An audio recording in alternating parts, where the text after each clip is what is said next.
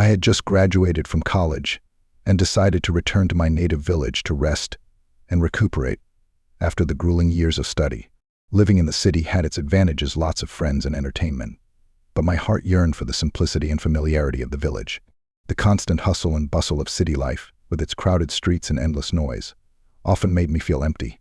In contrast, life in the village was slower, the air was fresh, and the tranquility allowed me to reconnect with myself. I still had friends in the village, and as soon as they heard about my arrival, they quickly gathered at my house, eager to catch up and relive the old days. The joy of meeting familiar faces and walking through places where we used to play as children filled me with an overwhelming sense of belonging. My grandfather had built a large house in the village, and now it was completely at my disposal, since my parents lived in the city and rarely came to visit.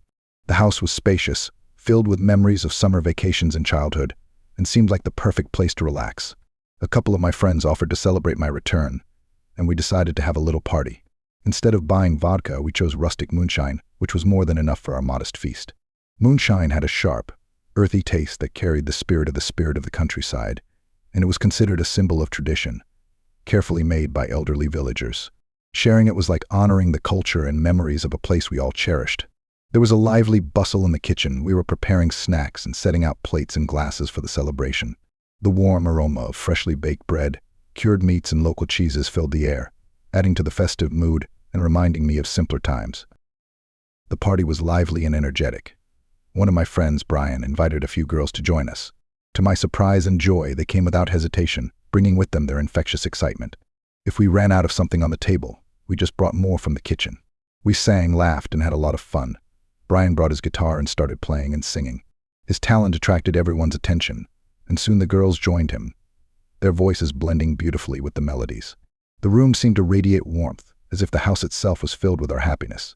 At one point, Brian improvised a song about our childhood adventures, and everyone burst out laughing, remembering how we played pranks. Guaida melodies were woven into our conversations, creating the perfect backdrop for an evening full of laughter and shared memories. As the evening progressed, the conversations became more lively, and we shared stories about our lives since the last time we saw each other. The bond we shared was stronger than ever. The evening became more and more cheerful, and the house seemed to come alive with music and laughter that spread over the quiet village night. Outside, the courtyard was illuminated by the soft glow of lanterns, casting flickering shadows that danced to the beat of our laughter. It seemed that the whole village had joined our celebration. At some point, we went outside to breathe in the cool night air and looked at the stars. Their radiance reminded us of the vastness of life and the joy of being together. When the party ended, people started to go home. Of the girls, only Anna remained, as her strict parents did not allow her to stay late. Brian stayed at the table, and I stayed with the other two girls, Emily and Lauren. We continued to chat and laugh, enjoying the warmth of the night and the camaraderie of close friends. Time seemed to slow down, allowing us to enjoy every moment. Emily shared a story about her recent travels, and Lauren shared funny anecdotes about her city life, making us laugh until our stomachs ached.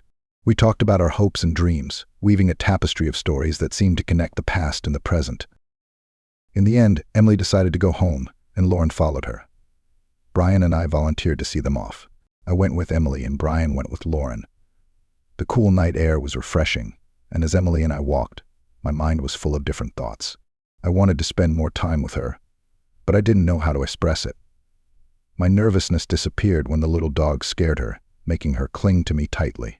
I instinctively put my arm around her waist, and she didn't pull away. This moment seemed natural and soothing, as if it was meant to happen. The soft rustle of leaves and the distant chirping of crickets created a serene backdrop for our quiet walk. Emily began to talk about her love for the village, sharing childhood memories that mirrored my own. I took her by the hand and gently led her off the main path back to my yard. She followed me without question, her trust evident in the quiet footsteps beside me. There was a stack of hay behind the house, left over from the days when we kept cattle. This place has always been special to me. It reminded me of the carefree days of my childhood when I played hide and seek with friends or helped my grandfather during the harvest. The rustic charm of the haystack, combined with the silence of the night, created an atmosphere that evoked both nostalgia and romance. The scent of hay mixed with the cool night air, creating an intimate atmosphere. Emily seemed to understand our unspoken feelings. We experienced a tender and unforgettable moment that marked the beginning of something new, a connection that was both deep and exciting. The stars overhead sparkled like scattered diamonds, testifying to how our story unfolded. It seemed to us that we had been sitting together for several hours, talking quietly and enjoying each other's presence, as if the world around us had stopped for us. That evening marked the beginning of our relationship. We began meeting regularly, exploring the depth of our newfound bond. Every moment we spent together was spontaneous and sincere, filled with laughter, shared secrets, and the simple joy of communicating with each other. The village, with its quiet charm and soothing familiarity, became the backdrop for our growing romance. We took long walks along the river, exchanged heartfelt confessions under an old oak tree, and found joy in the most insignificant things, such as picking wildflowers, watching the sunset from a hill, or sharing a simple meal by the fireplace. The house that had once seemed too big and quiet was now filled with life when Emily was around. Her laughter echoed through the halls, whether she was joking about my clumsy attempts at cooking or enthusiastically telling me how her day had gone. One evening she held an impromptu ball in the living room, dragging Brian and me into her merry chaos while the old radio was playing. In her presence, every corner turned into a place of warmth and happiness, which made the house seem truly alive. Even the villagers noticed this change and often joked good-naturedly about our inseparable friendship.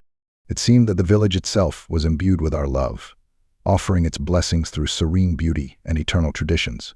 Together, we created a life full of simple joys and cherished memories, a life that reminded me of deep beauty in ordinary moments. If you like this story, don't forget to like and subscribe to other heartfelt stories filled with warmth, nostalgia, and love.